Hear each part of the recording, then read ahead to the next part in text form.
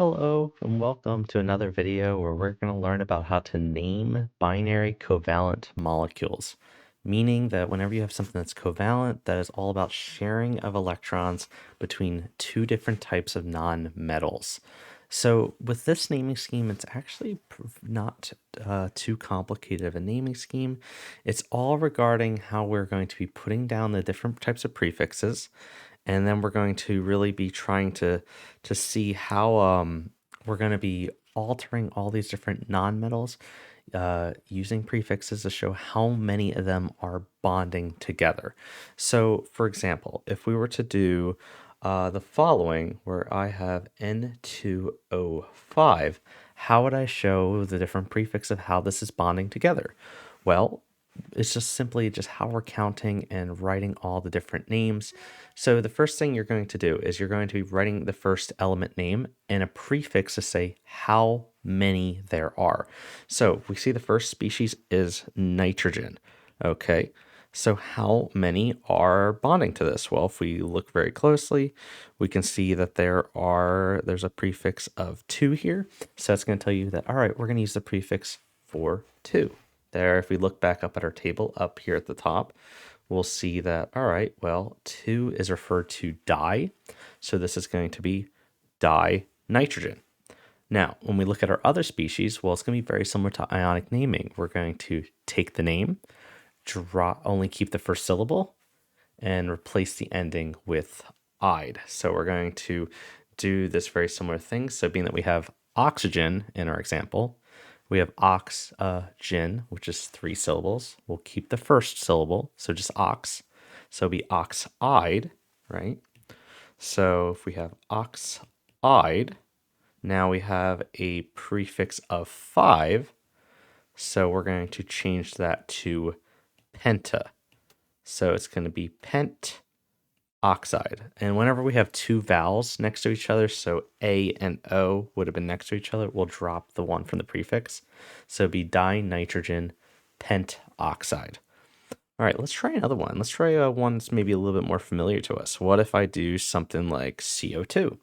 Well, everybody here is probably like, oh, yeah, I know what that one is. That's carbon dioxide. Well, there you go. It's what exactly this naming is based off of. But there's one little rule there, right? So I have carbon, which is our beginning. But notice how I did not use a prefix for saying if there's one of them. Well, whenever we have our first element, we don't bother putting the mono prefix for it. So it's just going to be carbon.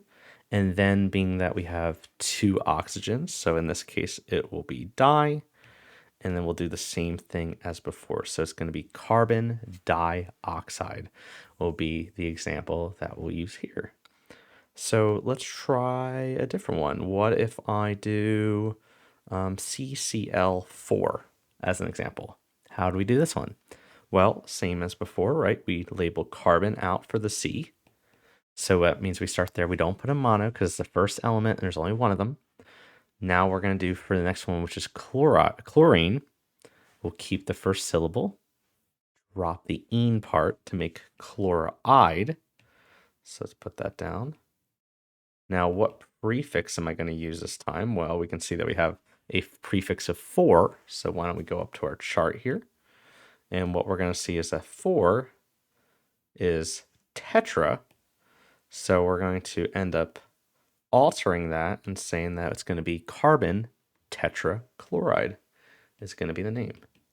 Okay, so we have our prefix, which tells you how many chlorines are bonded to this carbon or in this molecule. If we try a different one, let's try B2F6. How would I do this one? Well, same thing as before, right? We got to look up our species, right? You can see that's boron, but we can see that there are 2 of them. So what we're going to do is diboron to show that name. So we do di as a prefix. We write down our boron. Now we see how many fluorines we have, and we can notice like, all right, there's 6. So which is 6? Well, a lot of these are going off the shapes. So if you think pentagons, hexagons, heptagons, octagons. So hexagon, so a 6-sided shape in this case. So this is going to be diboron hexa, and then we have that fluorine, so which becomes fluoride. And that would be our name. So this is the basics of how you name different covalent molecules. So this is how we do most binary species, going through it. And then just to kind of do one more last example, what if I just gave you the chemical formula? Well, the best part is when you get the chemical formula, you're just reading what those different subscripts are. So if I see like, oh, well, there's 2 nitrogens here. So if you remember, well, 2 was di, so it'd be dinitrogen. And being that we have a single oxygen, it would be monoxide. So dinitrogen monoxide. And that would be our name and how we would name a binary covalent molecule. This is a quick video from Dr. Dan. Please come in for future videos, and I hope this helped. All right. Have a wonderful rest of your day. Bye.